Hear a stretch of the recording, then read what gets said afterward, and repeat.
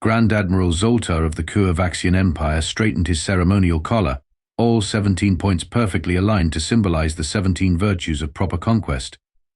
The War Council chamber buzzed with anticipation as holographic star charts illuminated the faces of the Empire's most decorated commanders. Esteemed colleagues, Zoltar's voice boomed across the chamber.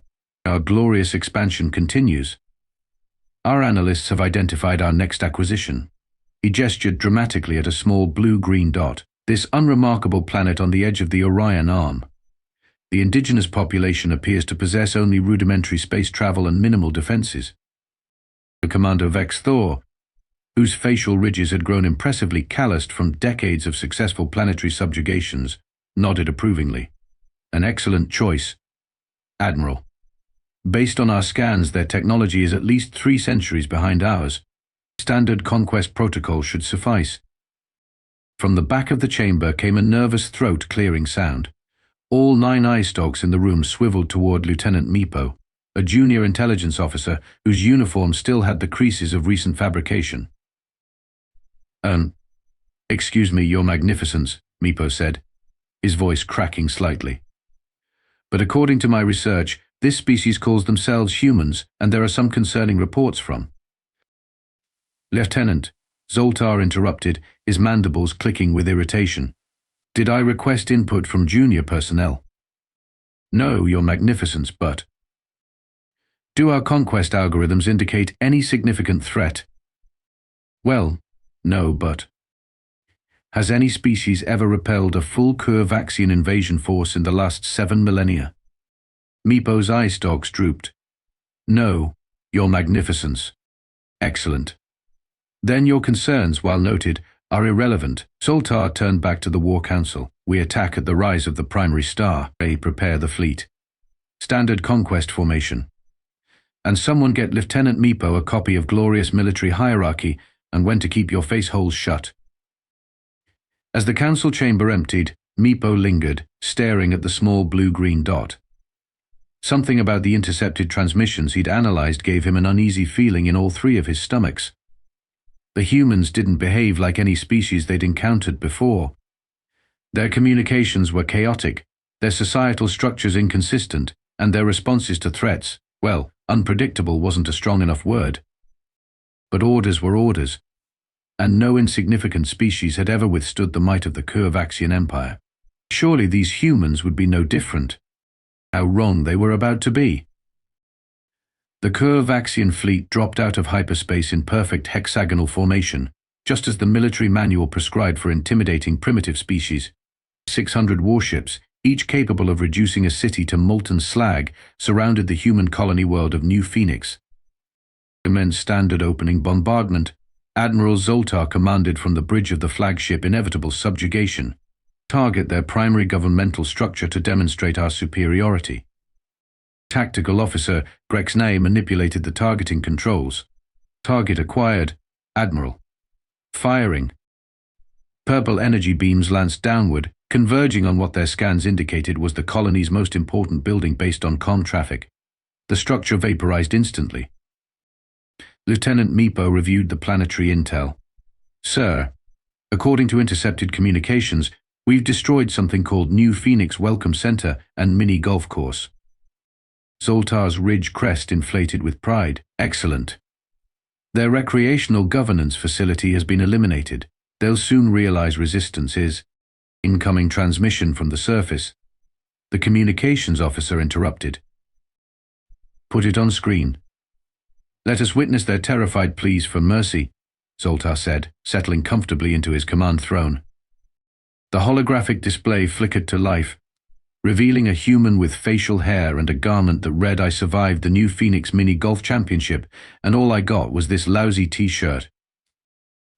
This is Commander Jack Steele of New Phoenix Colony, the human said, taking a sip from a steaming cup.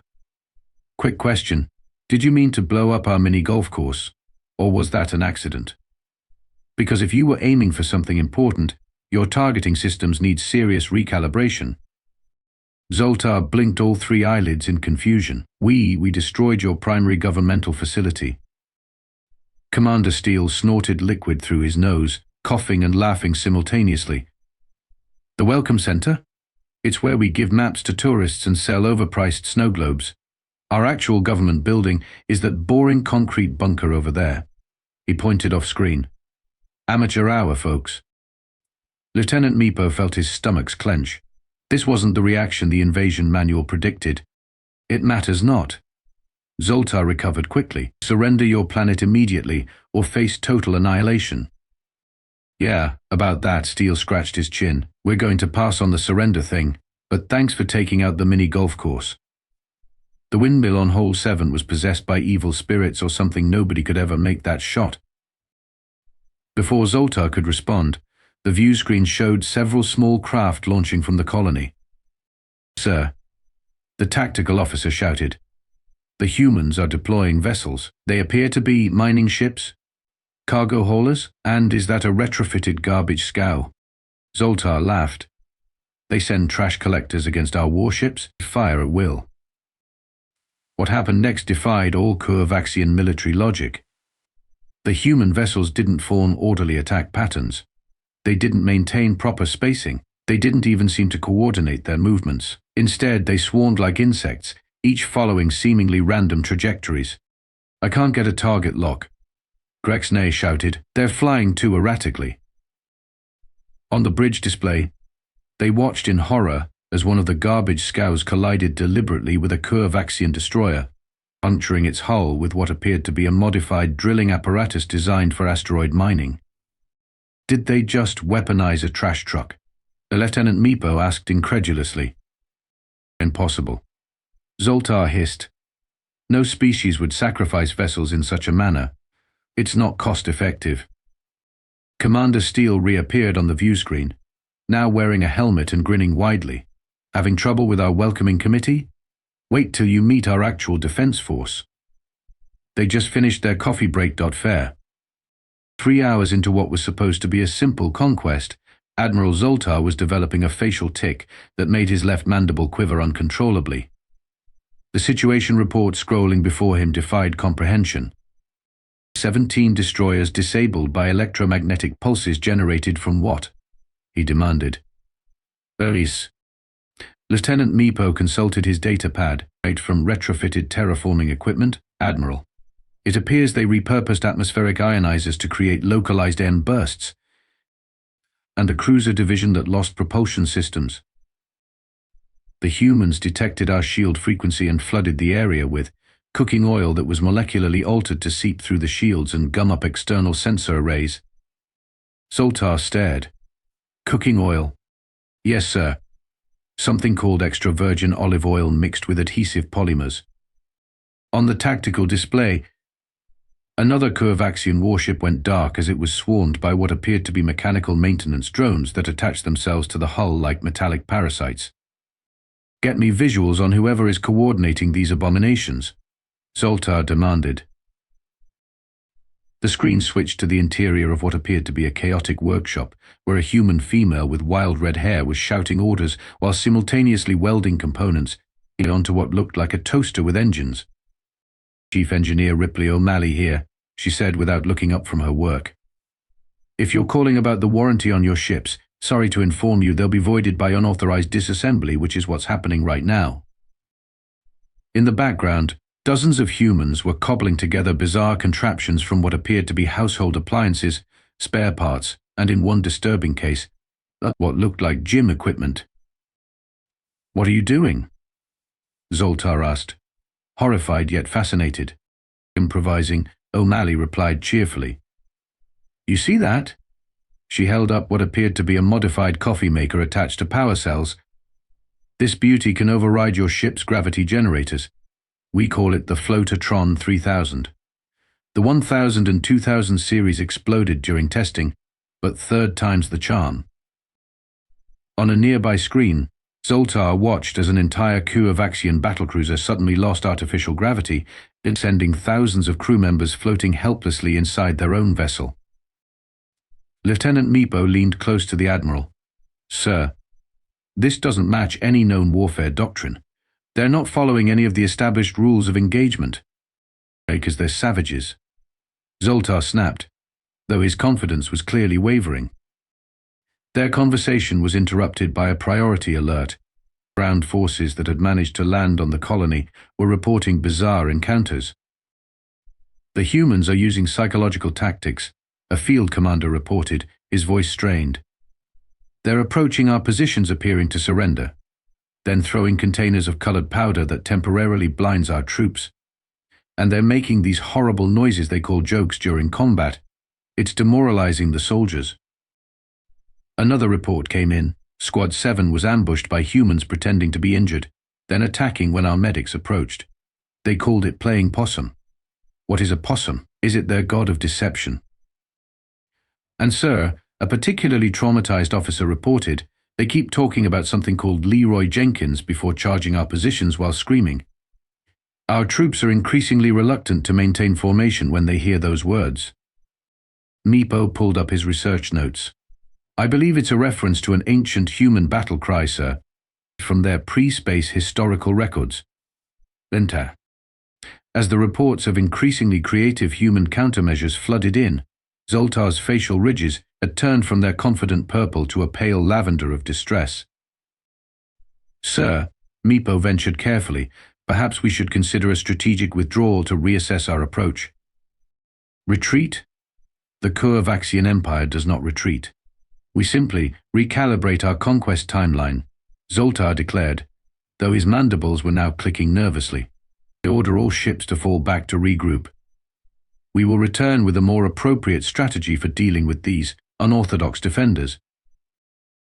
As the Kurvaxian fleet began its tactical repositioning, Lieutenant Meepo couldn't help but notice the humans weren't pursuing. Instead, they seemed to be collecting disabled Kurvaxian ships.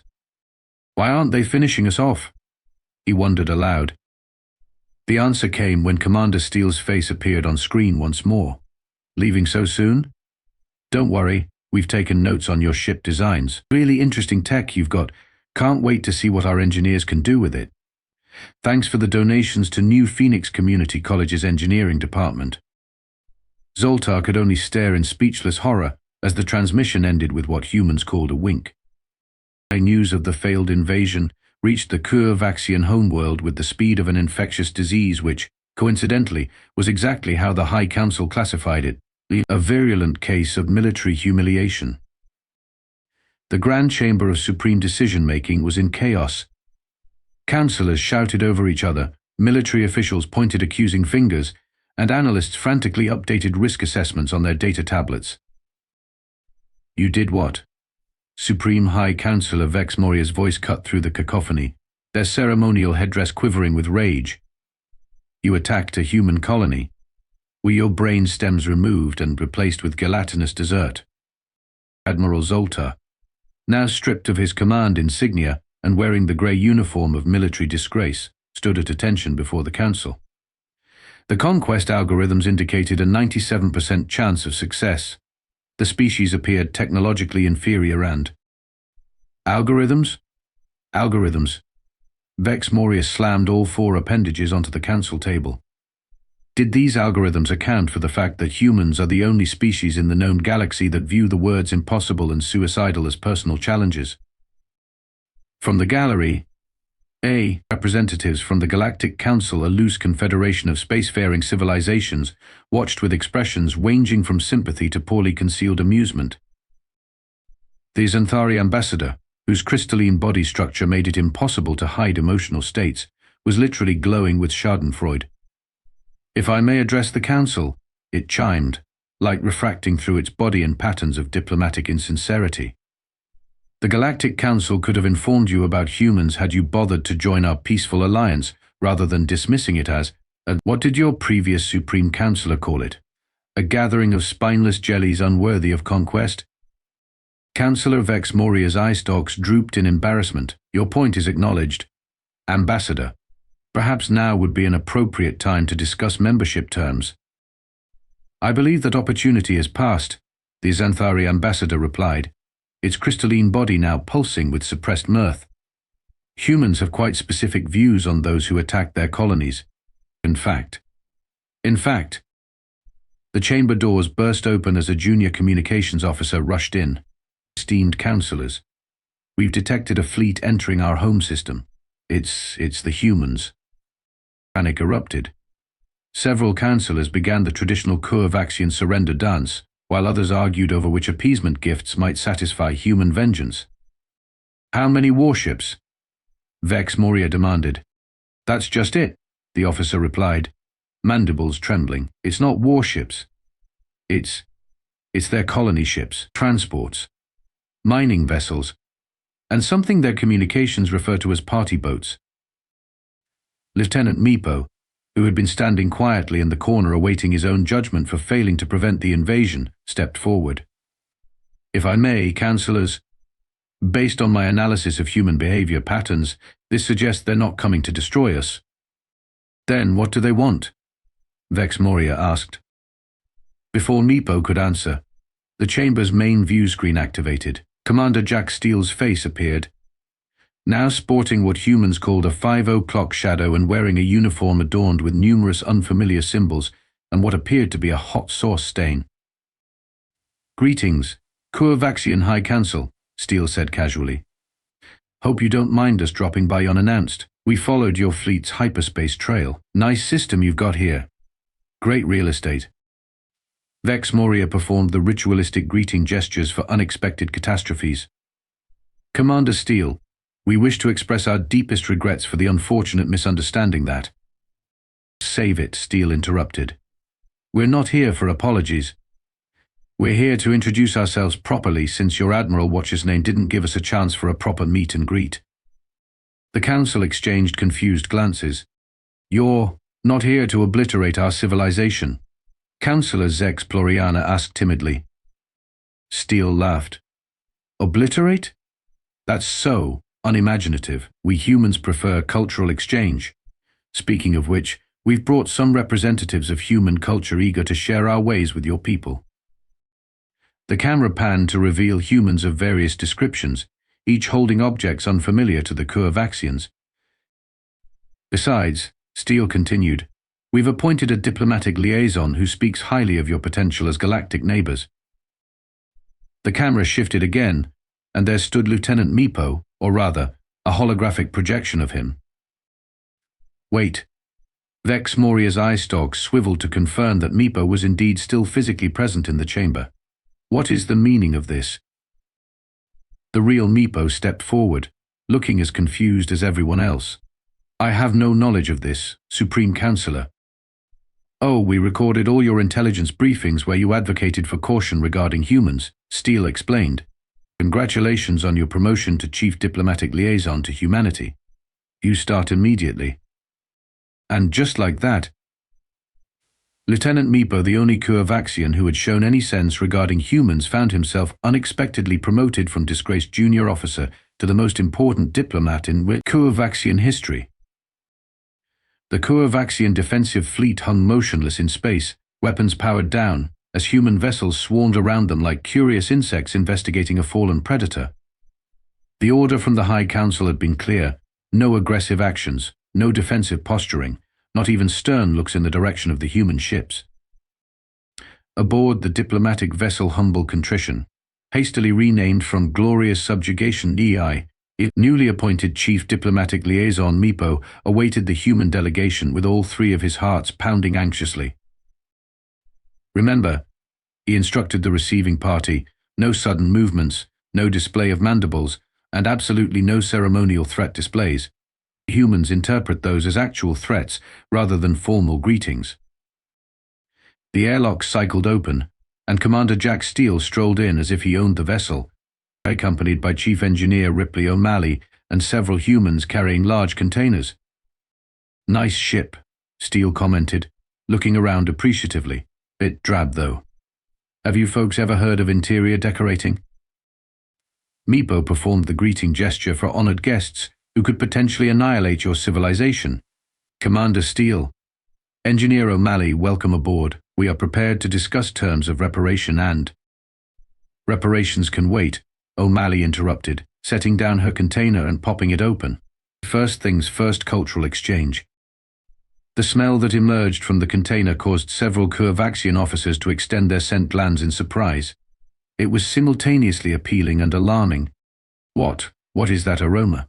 asked Sub-Commander Rex, whose curiosity outweighed his fear. O'Malley grinned. Humanity's greatest weapon, fast food. This, my friends, is a cheeseburger, and these are French fries. And this, she held up a dark, bubbling liquid, is what we call cola. Your civilization is about to change forever.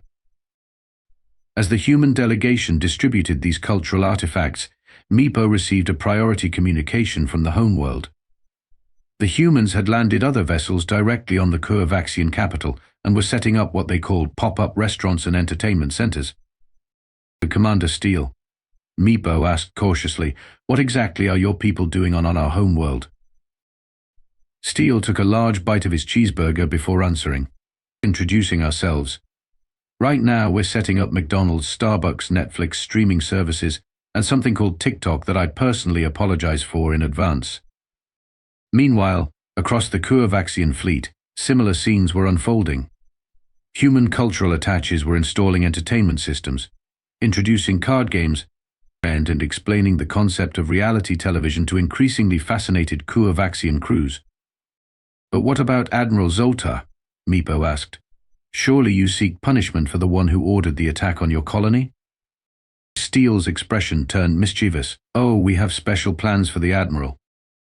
Those plans became clear when the main view screen activated to show a live feed from the Coavaxian capital.